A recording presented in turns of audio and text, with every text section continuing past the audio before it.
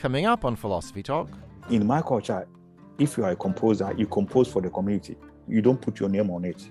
Akan philosophy and personhood. What makes you the person you are? Is it something inside your head, or is it a relationship to your community? You have a strong communal identity. You fit in the society. You know your place in the community. How does Akan philosophy think about the self?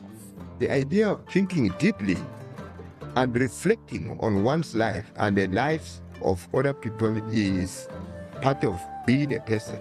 Our guest is Ajume Wingo from the University of Colorado at Boulder. It's not society as an aggregate, 1 + 1 + 1 + 1 + 1. It is the community that gives meaning to individual lives. The Akan idea of personhood. Coming up on Philosophy Talk.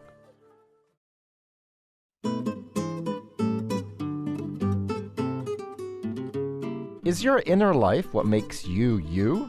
Or is your identity about connecting to your community? How can West African philosophy help us think about the self? Welcome to Philosophy Talk, the program that questions everything. Except your intelligence. I'm Josh Landy. And I'm Ray Briggs. We're coming to you via the studios of KALW San Francisco Bay Area. Continuing conversations that begin at Philosopher's Corner on the Stanford campus, where Ray teaches philosophy, and I direct the Philosophy and Literature Initiative. Today, we're thinking about Akan philosophy, specifically its concept of personhood.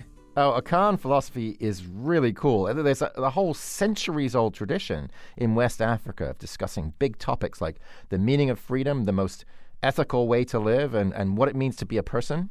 Ah, so what does it mean to be a person in Akan philosophy? Well, this is philosophy we're talking about, so you're not going to get everybody to agree on one definition. But broadly speaking, being a person is about contributing to your family and community, participating in local rituals, doing important work, getting married and having children. Wait, you're telling me you have to get married and have children in order to count as a person? So if I'm single, I'm not even a real member of the community? Well, you're not a member of a traditional West African community, but if you wanted to translate Akan values into an American cultural context, you'd probably have to think about what family and community mean over here. Okay, wise guy. So what do they mean? Well, they could mean lots of things. I mean, you don't have to have kids. There's plenty of ways to contribute to your community. You could, take your nephews and nieces to a ball game, work at a soup kitchen on weekends, even teach the next generation. At least I'm doing something right. But look, I'm still not sure we should be defining ourselves in terms of our communities. I mean, that seems great when you live in harmony with people around you. But what happens when you try to disagree or when you try to criticize them? Like, could your personhood be suddenly taken away? Oh, I don't think Akan philosophers have to say that. I mean, critics and dissenters aren't always popular in their communities, but they're definitely still contributing. I mean, wouldn't it be worse if the community did morally questionable things without reflecting on itself? So a critic definitely still counts as a person, maybe even a really cool person. Okay, but then what about somebody who can't contribute? Like maybe they're disabled, or maybe they just never got a proper education. Are they going to count as less of a person? There's actually already some philosophical discussion about that. So one Akan philosopher, Kwasi Wiredu, says you have to adjust for people's level of opportunity. So if you overcome obstacles and make even a small contribution to society, you're going to end up being more of a person than someone who made a big contribution, but only because they started out on third base, right, with every privilege in the world. Yeah, I don't know. I still think it's important to talk about people's inner lives, too, and not just their contribution to society. Well, the Akan people also have a lot to say about that. I mean, traditionally, they believe that each of us is composed of 3 parts. There's the Akra, or soul, the Sunsum, or spirit, and the Honam, or body. Oh, that sounds kind of like Plato or Freud. They also thought that maybe human beings could be divided into 3 parts. Ooh, or maybe it's more like Descartes. He thought we had 2 parts, a body and a mind. Those are some really cool analogies. I wonder if they hold up. Well, maybe our guest can tell us. It's Ajume Wingo from the University of Colorado Boulder. And maybe we'll hear more from our roving philosophical reporter. She was able to find out about the cultural context of Akan philosophy. Holly J. McDeed files this report. I tell my students all the time, no culture is perfect. My Akan culture is not perfect. American culture is not perfect. But we can learn from each other. Kwasi Ompene is a professor at the University of Michigan. He specializes in the musical traditions of the Akan people. He's also Akan, and growing up, music was everywhere. I mean, music is never separate or added on. It is part and parcel. Kwasi was born several years after Ghana gained independence from Britain, but when he went to school, he kept reading about European music and how wonderful Beethoven is. And I kept asking myself, what about this music that I grew up with? What about this? He decided he wanted to bring the music from his village to the rest of the world, so that the world can read about my village. When he began his studies, he saw how music was often not considered to be a composition unless it was written down. European music is often traced to famous composers.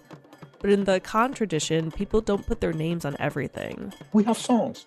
We have all this drum music. We have music for xylophones.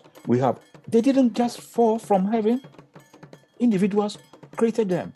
But they have to understand that in this culture, it's a communal-based culture where you do something for the community. Everyone is expected to add something to the music, and people aren't judged. To show what that can look like, Kwasi began leading groups like the University of Colorado Boulder High Life Ensemble.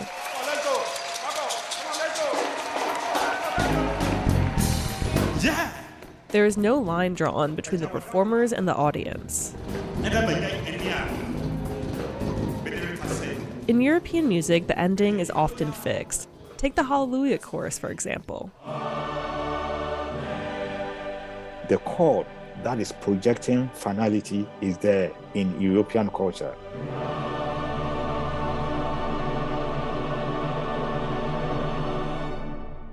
In Akan music, Kwasi says, the music is more circular.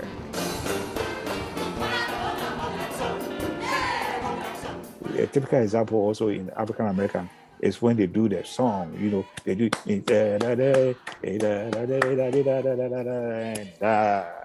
and then somebody, oh, hallelujah, and then they said, oh, then they start again. Because they couldn't end it. And then they start again, and then they start again, the same song. If you're not careful, they'll be doing that song for 2 hours. The emphasis around community not only shows up in music, but also in language. It's basically a philosophy about life. Arthur Hughes is Akan, but grew up reading Latin American romance and travel novels.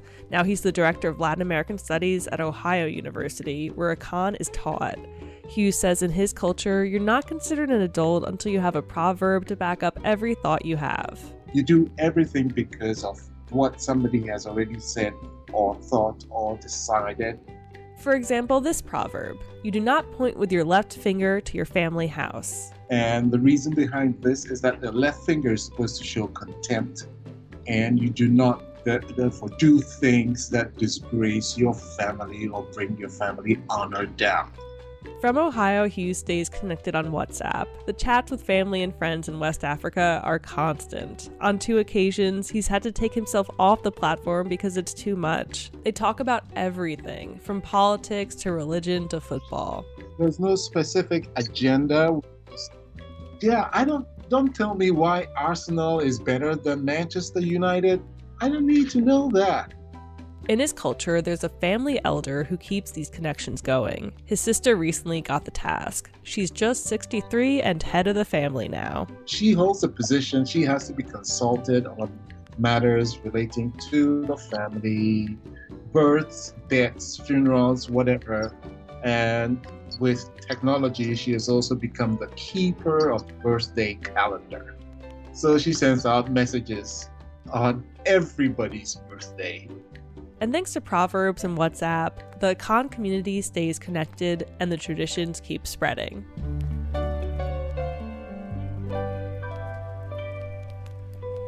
For Philosophy Talk, I'm Holly J. McDeed. If you want something done properly, give it to Holly J. McDeed. That's my proverb for the day. I'm Josh Landy. With me is my Stanford colleague Ray Briggs, and today we're thinking about Akan philosophy. We're joined now by Ajume Wingo. He's professor of philosophy at the University of Colorado Boulder and author of Veil Politics in Liberal Democratic States. Ajume, welcome to Philosophy Talk. Thank you. So, Ajume, you've written a lot about subjects like human rights, democracy, and freedom. What got you interested in questions of selfhood? A lot. Let me start by sharing an image.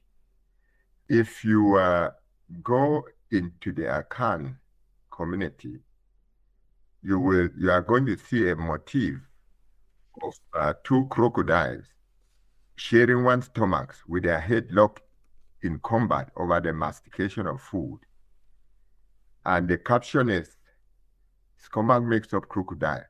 When they eat, they fight, even though the food is going to end in the same stomach." When many people see this motif, most of the time they say to themselves, "Oh, foolish crocodile, why fight when the food is going to end up in the same stomach?" The real interpretation is that mastication of food or chewing of food, like eating ice cream, is as important as the food itself, if not more important, and that everyone deserves that aesthetic aspect of life. So what got me motivated was coming to the West and seeing the system of morality that is more or less top-down or command-obedient morality. Going back to Plato, who had this idea of the avenging God, or punishment and reward after death. And so that caused me to look back into my own culture. And in looking back, I came across Kwasi Wiredu's piece on the subject, and that led me into philosophy of personhood. That's really cool, like the being able to link to philosophical traditions. And we're going to be talking more about selfhood in a bit. But before we get into that, could you tell us something about Akan philosophy more generally? Yes, the Akan ethnic group date back to before the 13th century. And like any long-standing culture, they developed a system of philosophy, including metaphysics, or all the kind of branches of philosophy that we know of. But of more interest to me is the philosophy of personhood, which I find really unique and uniquely African in so many different ways. So if I understand correctly, within selfhood at least, there's first of all a division between the physical part and the non-physical part. So you've got the body, or honam, and then you've got the non-physical part. And then that subdivides, again, if I understand correctly, into a sunsum and an okra. And sunsum is sometimes rendered spirit and okra soul. Is that about right? And so what are these two non-physical parts? Yes. Basically, a human being, you have this tripartite constitution of a human being, or three-part constitution of a human being: the okra, the sunsum, and the honam. The honam is basically the body, the physical body. And the okra could be rendered roughly, and I mean very roughly, into English as the soul. And the sunsum could also be rendered roughly as a spirit, it might be. And the reason why I say roughly, because they do not correspond to the Cartesian rendition of the soul and the mind, which to Descartes are extensionless.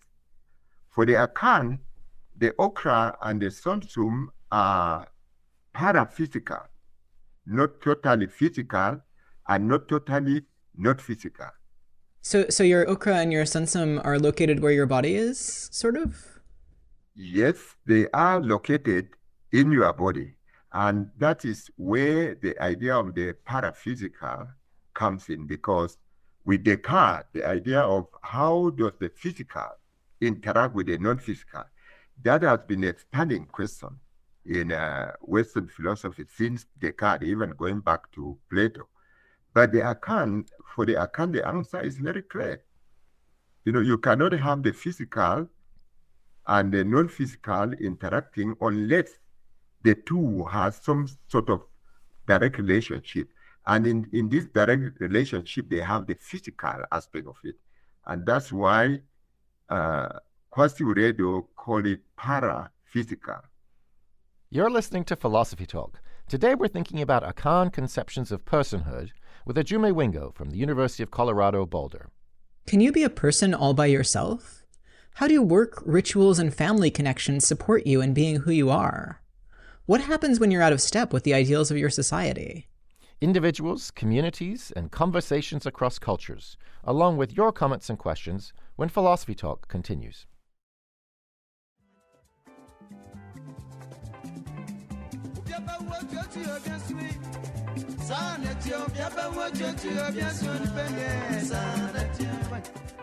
Renowned Ghanaian singer Alex Kwabena Konadu in one of his so-called high life songs, whose title translates as "The Death of One's Child Disturbs Another."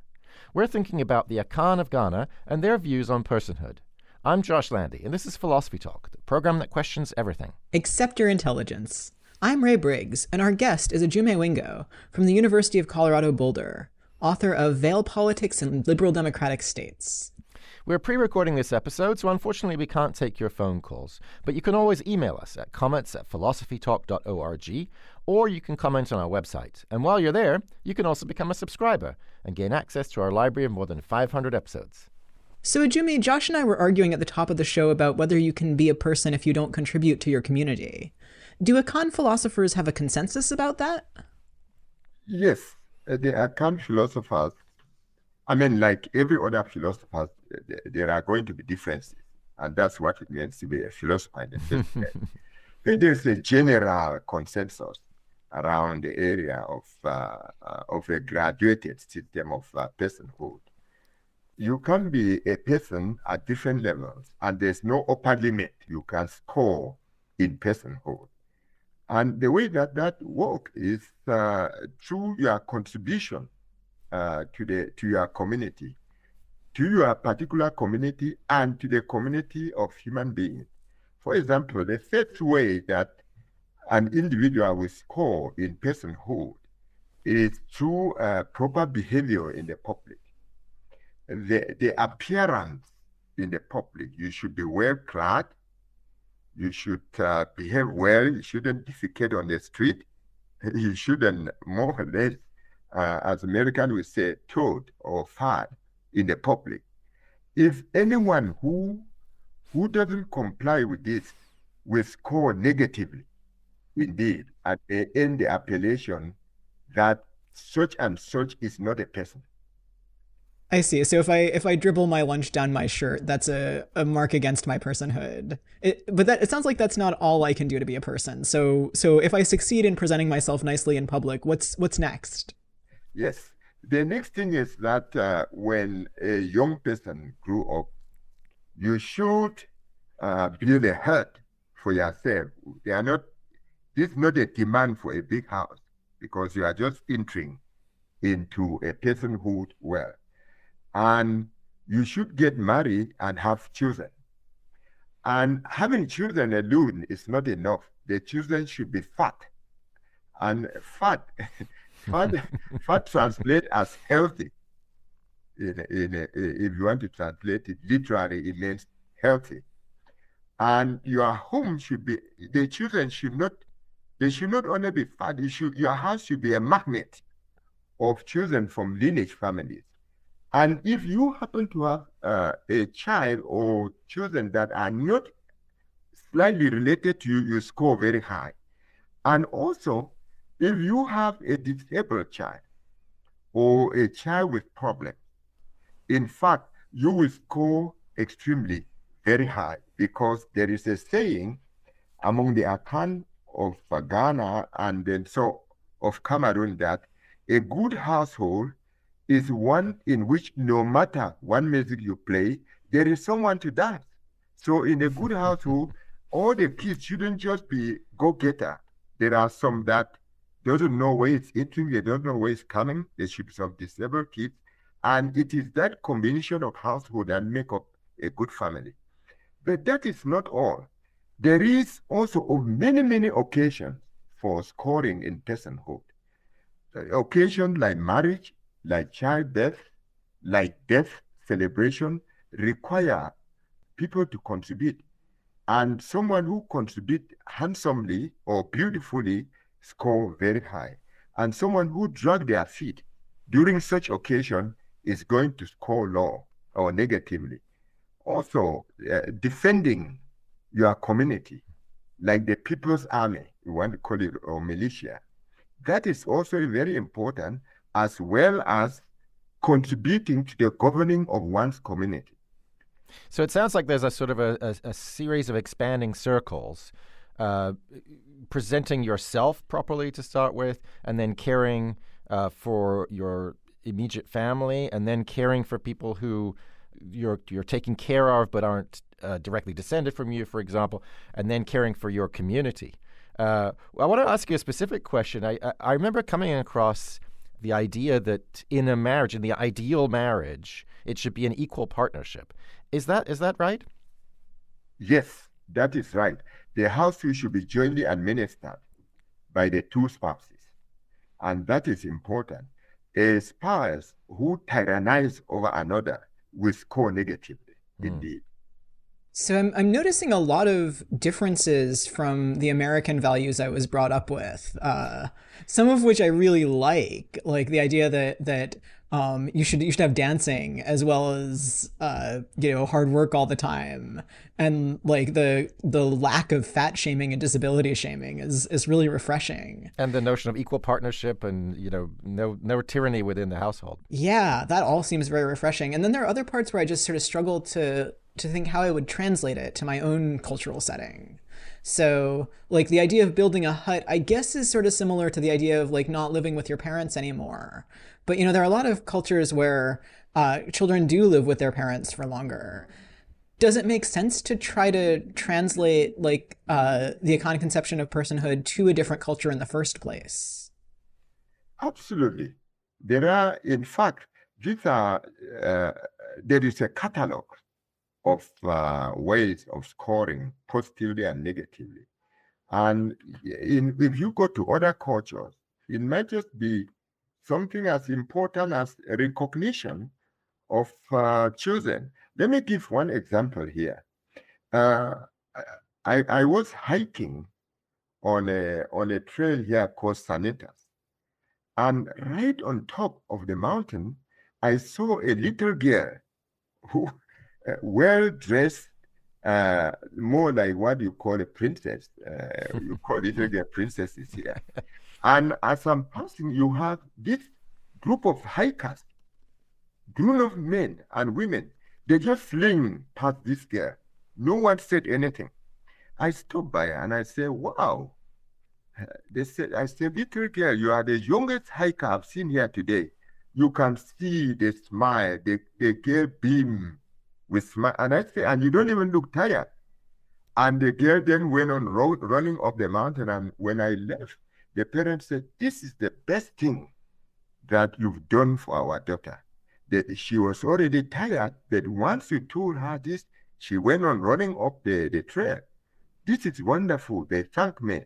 This, in other words, if you translate this into the Akan parlance or linga, that would have been a very good score for me, and it would have been negative score for other people. So something as simple as this is very important. And this is because, as I said, the morality, the Akan morality, as well as many conception of morality, they are not this command obey. These are spatial network connecting individuals to their communities, particular communities, and then to the communities of human beings. In this way, everybody is a participant in the making of the moral rules by which they live. You're listening to Philosophy Talk. Today we're thinking about Akan philosophy and personhood with Ajume Wingo from the University of Colorado Boulder. And we have a comment on our website from Daniel. Daniel asks about the concept of personhood in general. Can an animal be a person? What about a robot or a corporation? Or can only a human being be a person? Yes, there is a distinction here between animals and human beings. For person, every person is a human being. but not every human being is a person. Now, Okay, that's intriguing. Can you explain that?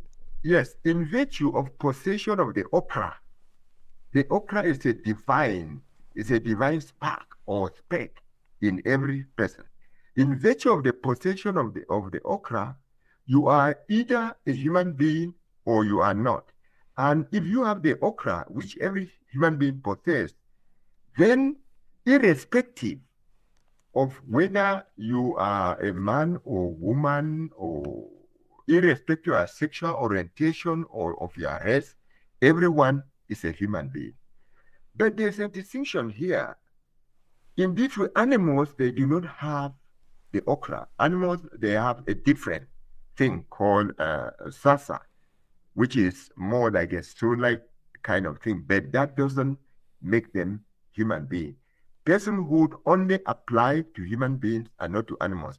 This is not a call for the abuse of animals, because among the Akan, someone who has domestic animals, let's say you have Fluffy the cat in the house, and then Fluffy the cat is seen stealing from people's homes or wandering about.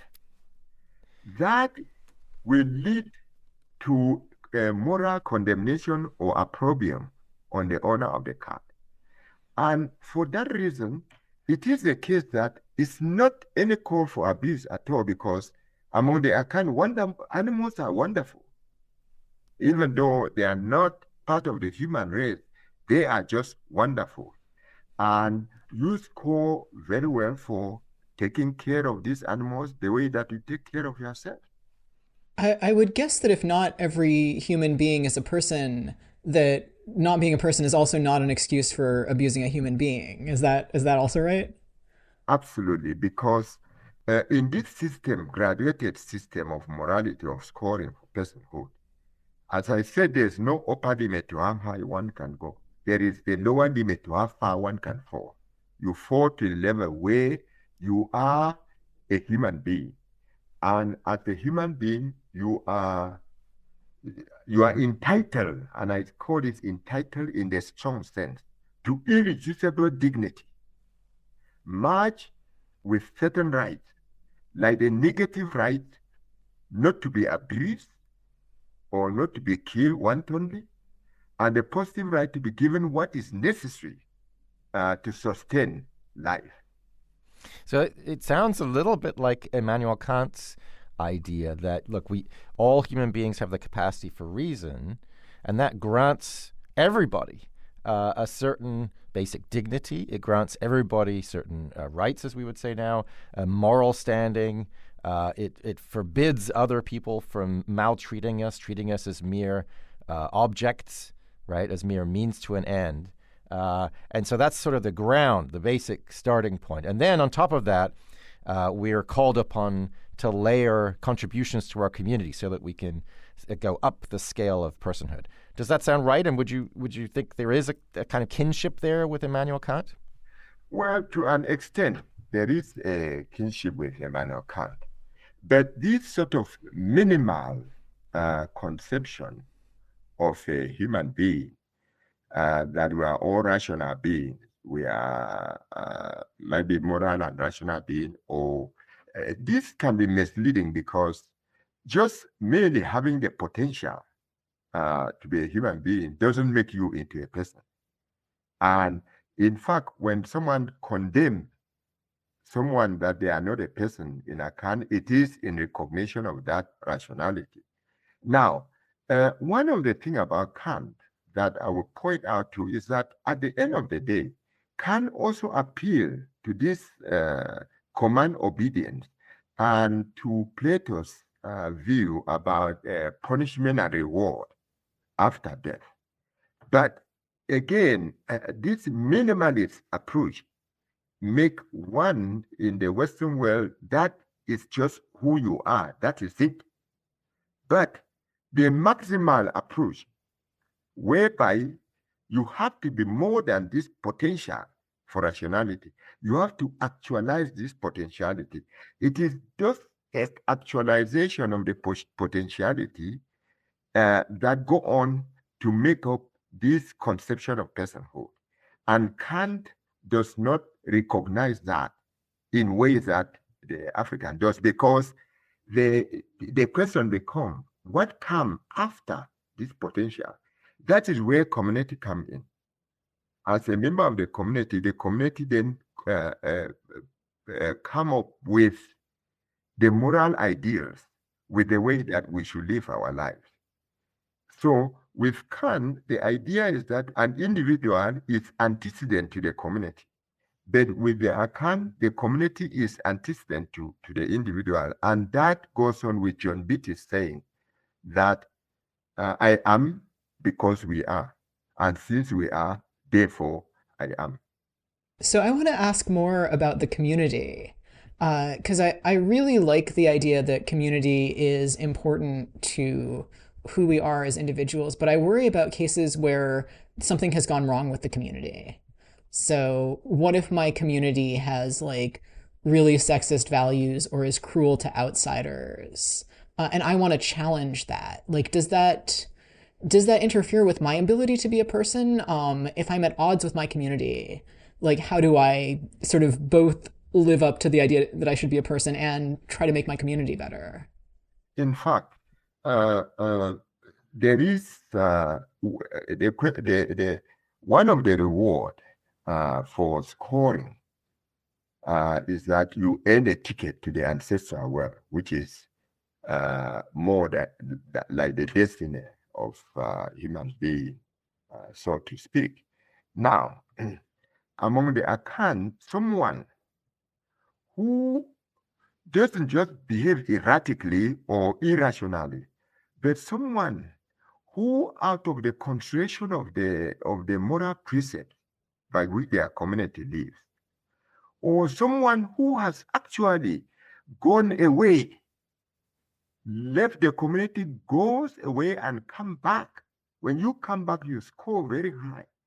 Now, such a person who come out and realize some of the demerits or some of the immoral practices that the society actually has, and not through violence, but through moral persuasion, epigrammatic sort of persuasion, where you give all these proverbs and bring people to bear, and the person is able to change or create a dissensus in the society, and then build back a consensus on certain moral precepts.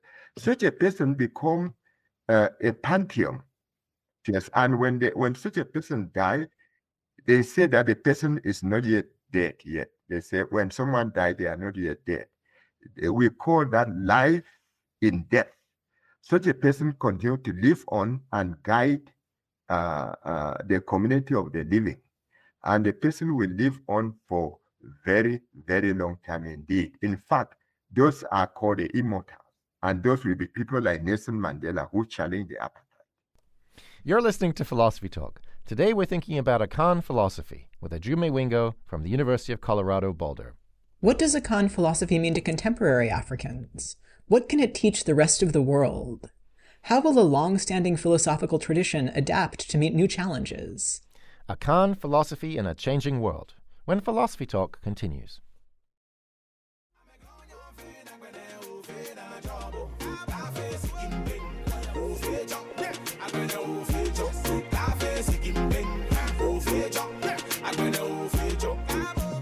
That's Ghanaian rapper and songwriter Sarkodie, and a track selected by our guest Ajume Wingo from the University of Colorado Boulder. I'm Josh Landy, and this is Philosophy Talk, the program that questions everything. Except your intelligence. I'm Ray Briggs, and we're thinking about Akan philosophy and personhood. So, Ajume, we have an email from Tim in Portland, Oregon. Tim says, how does the Akan language present the verb to be, and how does that inform the Akan sense of personhood? Yes, the verb to be is to do. In the Akan language, to be is to do. In fact, the way to look at it is to look at it in terms of responsibility. Most of the time, there is a question of determinism, there's and responsibility, there's a question of free will and responsibility, so to speak, which in the Western world, some of the time, or in Western philosophy, in Western philosophical tradition, they are looked upon as two different things. But among the Akan, this is just two sides of the same coin, because to be free is to be responsible, is to do. Let me give one example here. Imagine a young man who is probably about 21 years old and just hang around. He is physically fit, intellectually present himself prima facie as intellectually upright, and he just hang around the street corners. Such a person will bring upon themselves the condemnation that such and such is not a person. And if this is said in the hearing of the person might change. But if the person doesn't change, then this not will be accentuated by the family, by the extended family, because among the Akan, if something has gone wrong with one family member, it has gone wrong with the entire family. And so what will happen is that if this goes on, then the person might be called upon by the family, and they will tell the person, this is not the way we behave out here. They'll give him some lessons about how we behave. Imagine that the person doesn't change. Then at that moment, they will seek the help of experts, like psychiatrists, like Akansias of some sort. And they will seek their help, and they will examine the person through a long sort of examination. And at some point, they will bring the person out to the community. The community will gather the sphere of influence where this person's activity touch every other person. They'll bring the person in, and then they will touch his head. They say it's not his head. Then they'll say it's not her eyes, it's not her mouth, it's not her leg. When they say like that, they are changing irresponsibility to non-responsibility. And at that moment, this person is not free, and therefore the person is not responsible. At that moment, the person is taken care of by the community. And then while the community watch on. So the idea of to be is really to do. Right. Well, that's a great reason to be a person. Yeah, because I one of the things that I've been wondering is, what are the differences between like somebody who's more of a person and somebody who's less of a person in terms of how we should treat them? Because like we shouldn't be cruel to anybody. Like it's not the line between who we can be cruel to and who we can't. Because we can't be cruel to any human or animals. But it seems like there's some like different practical difference in like what we should do based on whether somebody's a person or how much. Yes, and we can start from a person, for someone that has scored negatively, so low, like this at all too little. Such a person is entitled, like in the Kantian sense now, to look at the sort of affinity with Kantian, they are entitled to irreducible dignity. As I said, match with rights, among which are the negative rights, not to abuse the person, and the positive right to give what is necessary to sustain the person. And such a being, or a human being, if this is good, if they are, if they have some modicum of rational persuasion, or if they have some modicum of potential for rationality, then such a being will always be condemned. But someone who has basically insane, or who has big psychological problem, such a person should never ever be condemned in any form. Now, the person who score very high, as I said to you, this person not only enjoy what we call life in life, they enjoy life in death and immortality. In fact, one of the organizing moments in the life of an Akan is to be caught up in irrational behavior to the point of asking, am I ever going to be a person? am I ever going to a person? Because that signal, what they say in so, not among the Akan, that not death, but death in life is what we regret. Because such a person is dead, they will say, but this is what we call death in life. That is what we regret. It's not just biological death. Biological death is normal, but a walking cadaver. Such a person that walking, say, look at that person, is a walking cadaver.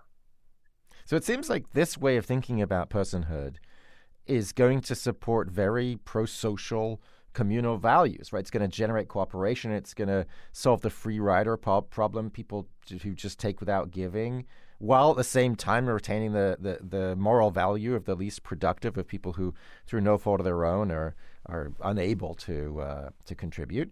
All of that sounds really great. I mean, is there something that other cultures can learn from the Akan theory of personhood? Yes, I think the other cultures around the world, one thing that they can learn from the Akan conception of personhood is that we don't have to have some supernatural entities or this top-down kind of life where you have some people up there deciding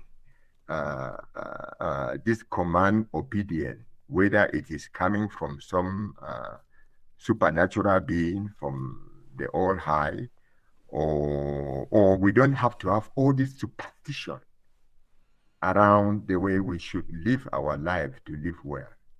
In the Akan, it is all transparent. We are all here on our own, and everyone is an active participant in the making not only of life, but of the good life. It seems to me that this is one of the, when you see Africans protesting all over Africa and with coup d'etats everywhere, many people, they when they look at that, they say, what a bunch of barbarians. No, they are doing something very, very important, because one of the most agonizing things in life is not to be a participant in the making of the rules by which you should be governed. And many people regret this.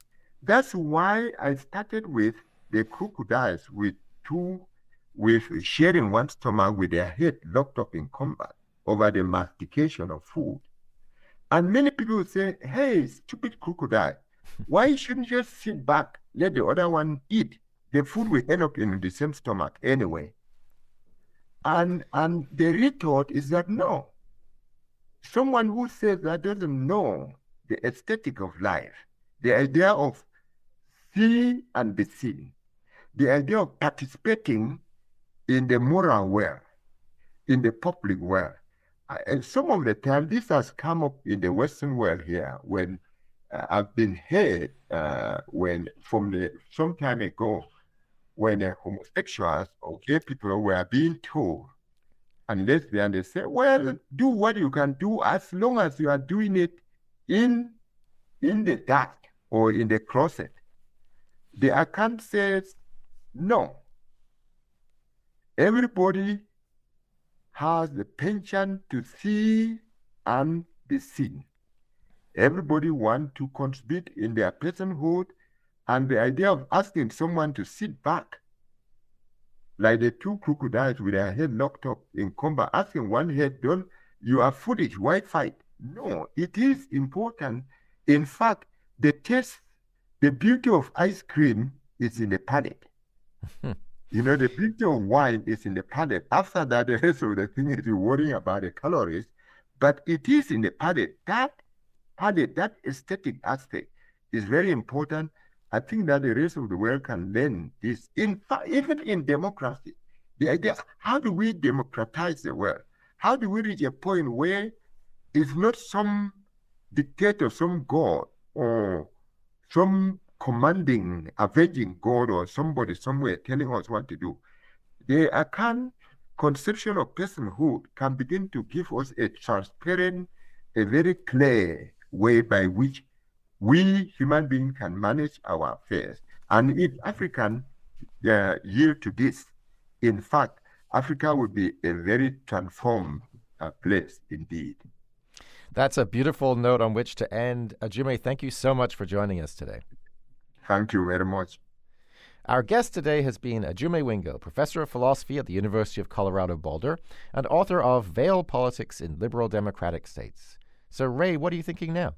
Well, I'm feeling really inspired about the value of Akan philosophy for the world. I am remembering the first time I encountered Akan philosophy was actually when I read about Kwasi Wiredu's theory of truth, where he criticizes the correspondence theory of truth. And I'm a huge nerd and loved that. And actually, Wiredu just passed away, but I'm really glad for his contributions and kind of optimistic about what Akan philosophy can teach us in general.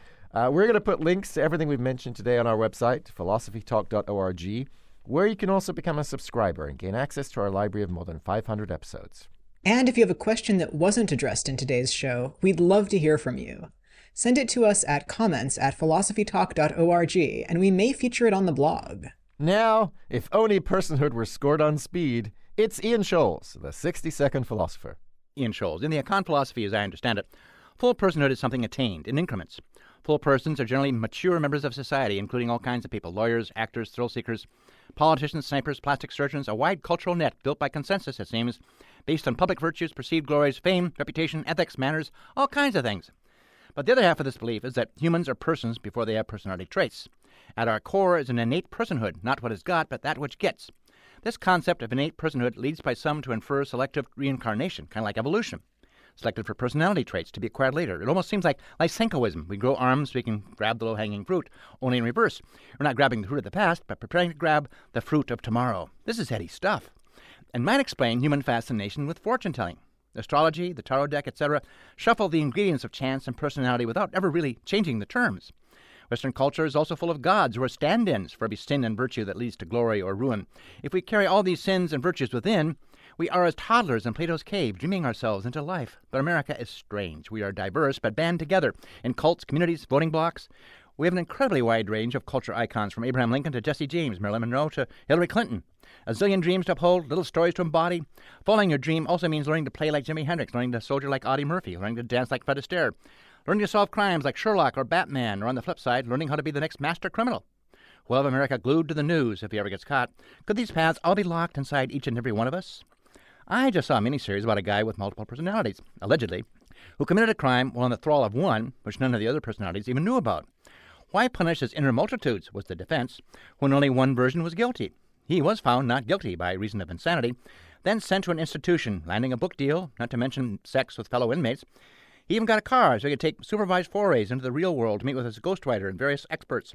He became a political football for law and order-mongering politicians who coddled their base by thundering against coddling mentally ill criminals. And there's another American binary right there, to punish or cure, mask or no mask, burn it down or fund it, take your corners and come out fighting, or just sit there grumbling. That too is American. This too is in our genes. There's a great deal of pushback against a diagnosis of multiple dissociative identity disorder. Maybe the criminal was faking. Maybe he got the idea from watching 3 Phases of Eve or Psycho, which would make him just another wily psycho running a con. Multiples are beloved by actors who love to play dramatically broken people, and by writers who like to make popular entertainments about troubled people in trouble. These are recognizable persons in America. Writers, actors, serial killers, they make America tick. So this notion of a multiple personality disorder could be an original wrinkle in mental disorder, in keeping with these disordered times, but it could also be an evolutionary step forward into a future where we each have a bag full of personalities, and we just grab the one that best suits the task at hand, kind of like renting a tux for your brother's wedding, or buying a gun on the street instead of taking a trip to Walmart. So I don't know. We're already coming out, shaving heads, growing beards, swapping genders, dyeing hair, leaping into conspiracy theories as though we're minor characters in a James Bond movie, with James Bond nowhere in sight. Used to be you'd have your fortune read as a special treat at the boardwalk. Now, with the internet and computers that can throw out 1,000 hands of taro per millisecond, churning up the last of the coal, we can be whatever we want to be from moment to moment. Using the blockchain and NFTs, we can slice our personalities up like Bitcoin bits and bring Twitter crashing to a halt. On the bright side, it does seem that even in our division, we are all united as a culture. A third of us con men, a third of us victims, a third of us wise to the con, and all of us switching roles at each roll of the dice. So what is a legacy? Maybe we're all just dropping clues for forensic detectives in the true crime shows of the future. Planting evidence for crimes that haven't been committed yet. I don't know. Ain't no Plato's cave. That's all I got to say. I gotta go.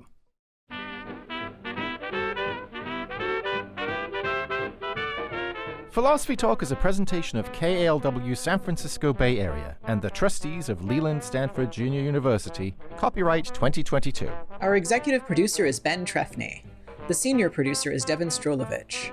Laura McGuire is our director of research. Thanks also to Merle Kessler and Angela Johnston. Support for Philosophy Talk comes from various groups at Stanford University and from subscribers to our online community of thinkers. The views expressed or misexpressed on this program do not necessarily represent the opinions of Stanford University or of our other funders. Not even when they're true and reasonable. The conversation continues on our website, philosophytalk.org, where you can become a subscriber and gain access to our library of more than 500 episodes. I'm Josh Landy. And I'm Ray Briggs. Thank you for listening. And thank you for thinking. We must find a way to look after one another as if we were one single tribe.